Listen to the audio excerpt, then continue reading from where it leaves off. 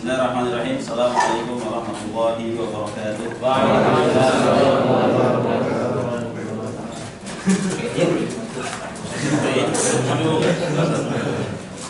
Alhamdulillahirabbil alamin wa bihi nasta'inu ala umurid dunya waddin, wassalatu wassalamu ala asrafil mursalin nabiyina Muhammadin sallallahu alaihi wasallam wa ala alihi wa ashabihi wa man tabi'ahum bi ihsanin ila yaumiddin. Rabbi shrah li sadri wa yassir li amri wahlul 'uqdatam min lisani yafqahu qawli, amma ba'du.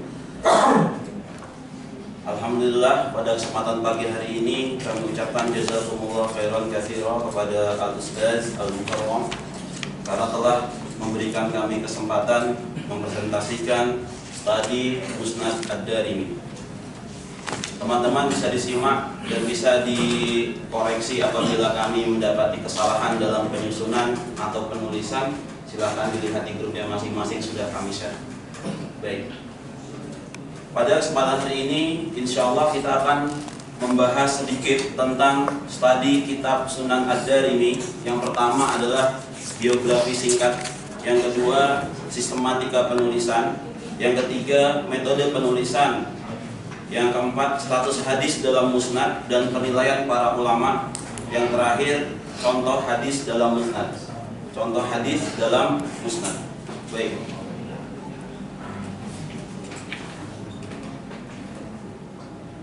Hari ini kenapa kita harus membahas studi kitab Musnad Ad-Darimi? Karena hari ini banyaknya kaum muslimin, mahasiswa setiu terutama, semakin banyak mahasiswa setiu hari ini.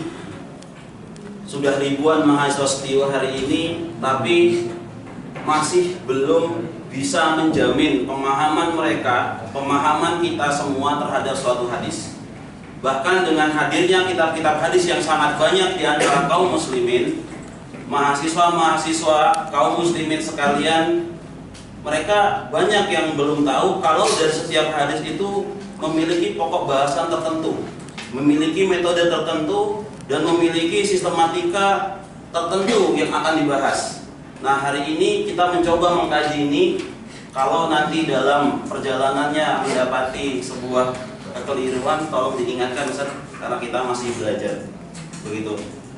Perumusan masalahnya apa saja? Pertama, siapa sih Ad-Darimi itu? Yang kedua, apa itu Sunan Ad-Darimi?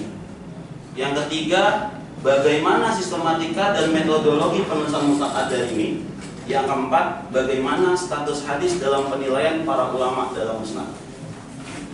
Kok ini ada dua, yang satu sunan, yang satu musnad? Nanti kita akan bahas kenapa kadang disebut sunan dan kapan disebut musnad. Mari kita kaji bersama.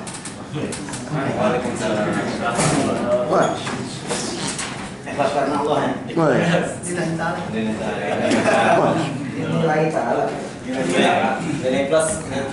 Yang pertama, mari kita simak penjelasan biografi singkat tentang Sunan Ad-Darimi kepada beliau Fitri Hafiz Waliyadul Masyhur. Bismillahirrahmanirrahim. Assalamualaikum warahmatullahi wabarakatuh. Alhamdulillah ala ihsani wa syukru taufiqi wa minani wa nashhadu an la ilaha illallah wa anna muhammadar rasulullah. Coba diulang karir pertama. Alhamdulillah ala ihsanihi wa syukru lahu ala taufiqihi wa minani wa nashhadu an la ilaha illallah wa anna muhammadar rasulullah ad-da'i ila ridwan. Nah, nanti yang lain juga gitu. Ketika buka mukadimah dibikin tenang aja. Maka ternyata saya masih dapatkan al-mustiu yang buka mukadimah ini. Alhamdulillahilladzi hadana li hada. Karena tidak nyantai begitu. Alhamdulillahilladzi disamarkan entah kemana arahnya. Paham ya maksud saya ini? Jadi antum mukadimah itu ada visinya sudah, ada pesannya. Kayak tadi misalnya Alhamdulillahilladzi hadana. Alhamdulillah segala puji bagi Allah yang telah memberikan hidayah. Hadana lihada terhadap ini agama. Itu kalau tidak mufradatnya, dia asal terocos saja tapi dia paham ya maksud saya ini? Cuma kalau mau negur di forum nggak enak karena campur. Kalau ini kan masih internal enak. apalagi sudah jabatan STIU, sudah SAG, STHI, bukan kalau dikritisi di hadapan jamaahnya kan menjatuhkan itu. Oleh itu antum kalau sing pertimah jelas dulu ini kan biar nanti pede. Baik, boleh? Boleh? Bismillahirrahmanirrahim. Alhamdulillahi ala ihsanihi wa syukru lahu ala taufiqihi wa amtinani wa nashhadu an la ilaha illallah wa anna Muhammadar Rasulullah ad-da'i ila ridwani. Baik. Di syuting. Antum harus lebih yang lama. Sudah gladi apa belum tadi? Gladi bersih. Baik. An Ibn Sirin qala lam yakunu yas'aluna 'anil isnad falamma waqa'atil fitnatu qalu sammu lana rijalakum fayanzur ila ahli sunnah fayakhudhu hadithahum wa yanzur ila ahli bid'ah fala ya'khudh hadithahum. Dari Muhammad bin Sirin berkata, tabi'in dahulu umat Islam tidak menanyakan sanad, namun ketika terjadi musibah fitnah perang sesama umat muslim hingga melahirkan beberapa aliran, maka para ulama berkata, sebutkan perawi Anda kepada kami. Ya, jika perawi Anda tergolong ahlu sunnah, maka kami terima. Namun jika tergolong ahli bid'ah, maka akan kami tolak. Maka dari itu, pada kesempatan ini, Anda akan menjelaskan terkait siapa itu Imam Ad-Darimi. Imam Ad-Darimi. Apa pentingnya tadi ungkapan tadi dikemukakan? Agar kita tahu kenapa kita harus mengenal Imam Ad-Darimi, karena penting bagi kita untuk mengetahui dari siapa kita mengambil hadis. Artinya konteksnya dipasangkan mau menjelaskan ini Imam Ad-Darimi. Ma'rifat. Oh gitu ya. Baik. Sebelum diteruskan, ungkapan tadi itu sangat penting dalam dunia hadis. Betapa pentingnya sanad untuk menunjukkan kualitas hadis. Sebab kalau tidak ada sanadnya siapapun bisa. Tapi kalau disanadkan ini jaminan. Saya baru aja itu baca di running berita tag apa namanya. 3 Kapolda dinyatakan tidak terlibat pembunuhan skenario pembunuhan Sambo. Bunyi hadisnya begitu. Gimana? Lah siapa sanad dan rawinya? Kapolri. Nah, sekarang gimana? Bagi publik bisa jadi tanya, kalau yang menyampaikan ini Imam Bukhari begitu ya, ya paham maksudnya ya. Terus kita tuh masa sih 3 Kapolri? Terus kita ada paham maksudnya ya. Jadi kualitas pesan namanya berita itu sangat berpengaruh terhadap pembawa berita. Itu tadi perlu dihafalkan itu tadi. Ustaz, izin musyawarah Ustaz. Iya. Baik. Sebelumnya anak minta teman-teman semua untuk ikutin Ana, karena kita harus menghafal nih nama Imam Ad-Darimi itu siapa, nama lengkapnya. Baik. Bismillahirrahmanirrahim. Ismul Kamil li Imam Ad-Darimi. Ismul Kamil li Imam Ad-Darimi. Huwa Abu Muhammad. Abdullah bin Abdurrahman. Bin Al-Faddal. Bin Bahrami. bin Abdis Somad Ad-Darimi At-Tamimi As-Samarqandi.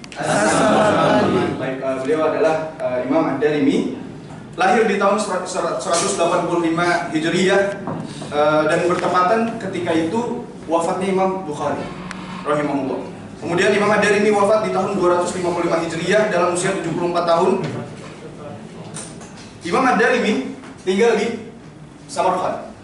Jadi salah satu tempat di provinsi Samarkand, yakni di Uzbekistan, Uzbekistan, Asia Tengah. Yang di mana kota ini memiliki jumlah penduduk sebanyak 412.300 jiwa dan merupakan kota terbesar di Uzbekistan. Dan di mana Imam Bukhari juga dimakamkan di Samarkand, yang ketika itu ada kaitannya dengan Bung Karno. Ketika ziarah ke Samarkand, dia minta kepada Presiden Uzbekistan untuk mencari di mana makam Imam Bukhari dan alhamdulillah ditemukan. Baik, Ditemukan di mana? di Uzbekistan Samarkand. Baik, di antara negara yang pernah Imam Ad-Darimi singgahi untuk menuntut ilmu adalah yang pertama Khurasan, kemudian Irak, Baghdad, Kufah, Wasit, Syam, Damaskus, Sur, Jazirah, Hijaz, Makkah, dan Madinah. Baik.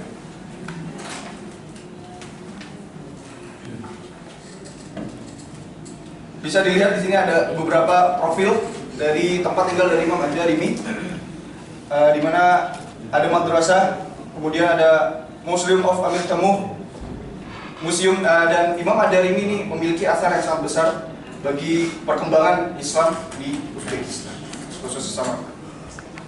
Baik, mungkin itu saja sekilas biografi, karena kemarin sebetulnya sudah disampaikan secara jelas oleh kelompok 2. Selanjutnya saya serahkan kembali ke MC. Assalamualaikum warahmatullahi Waalaikumsalam. Itu bagi nanti yang agak berlatih namanya ceramah yang agak ngulur-ngulur waktu bikin. Kita berharap nanti kalau sudah kita tamat semoga bisa refah. Amin. Ya agak gitu-gitu. Jadi ini tidak dongeng hayalan, dunia nyata. Saat ini kita baru melihat gambarnya gitu. Semoga suatu saat nanti 10 tahun ke depan atau kurang dari itu, Wakaf di sana. Allah kehendakkan kita jadi tokoh sehingga punya ratusan bahkan ribuan jamaah umroh, sehingga setelah tawaf, sa'i dan tahallul nanti semoga bisa singgah di sini. Amin. Dan jangan lupa karena yang ngajar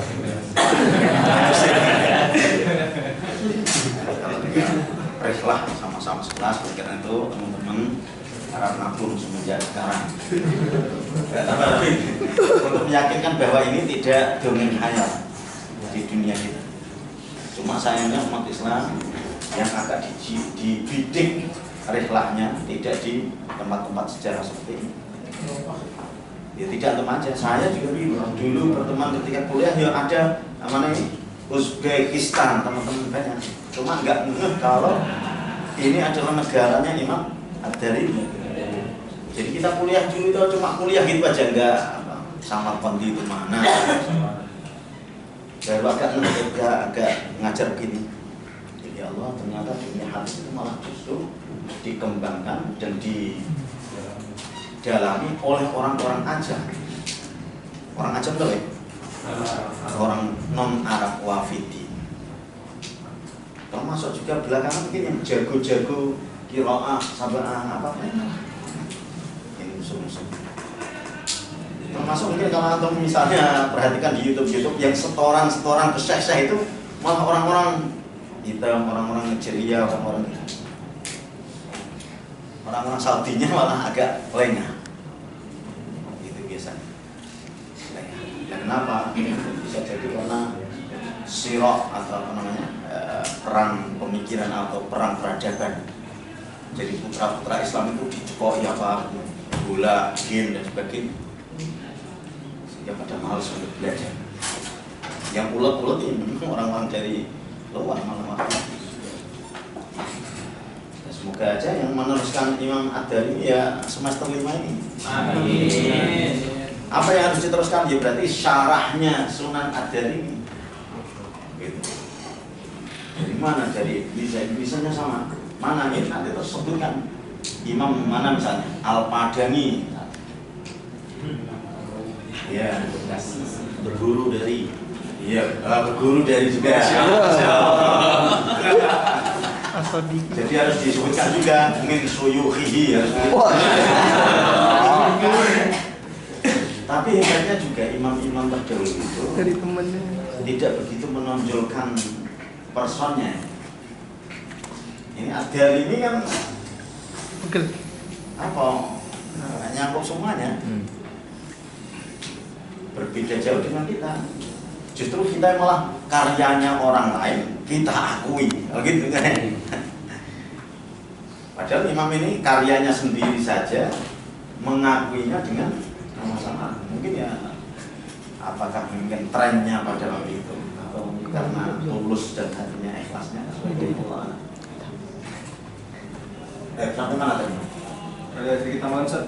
Ini teman-teman perlu diketahui bahwasanya banyak ulama-ulama hadis, khususnya ulama hadis kutubus sittah yang mengambil hadis dari Imam Ad-Darimi. Beberapa di antara muridnya adalah Muslim bin Hajjaj An-Naisaburi, yaitu Imam Muslim. Kemudian Abu Daud As-Sijistan atau Imam Abu Daud.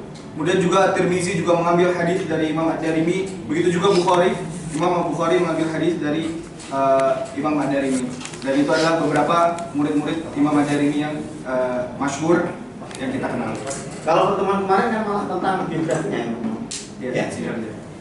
Ya mungkin lebih kepada kitabnya coba kayak apa disusukan dibandingkan dengan kitab-kitab hadis yang lain. Bahkan kalau saya malah gak sabaran kepengen menikmati hadisnya sebetulnya.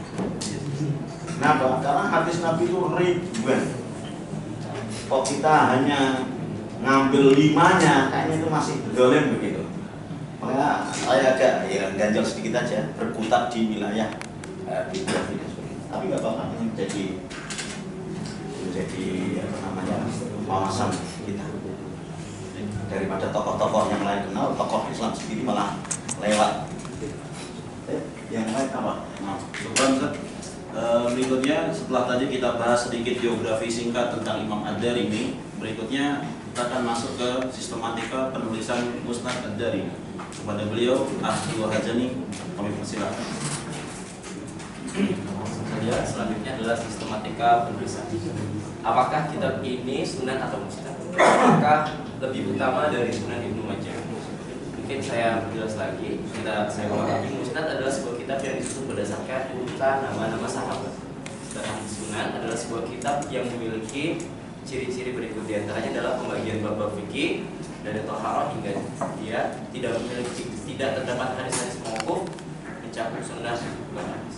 Suyuti berkata Musnad Ad-Darimi bukan kitab musnad, namun ia terdiri dari urutan bab-bab. Hafidz Iraqi berkata kitab Ad-Darimi dikenal dengan sebutan musnad sebagaimana Bukhari menyebut kitabnya dengan musnad karena hadis-hadisnya memiliki sanad. Tampaknya musnad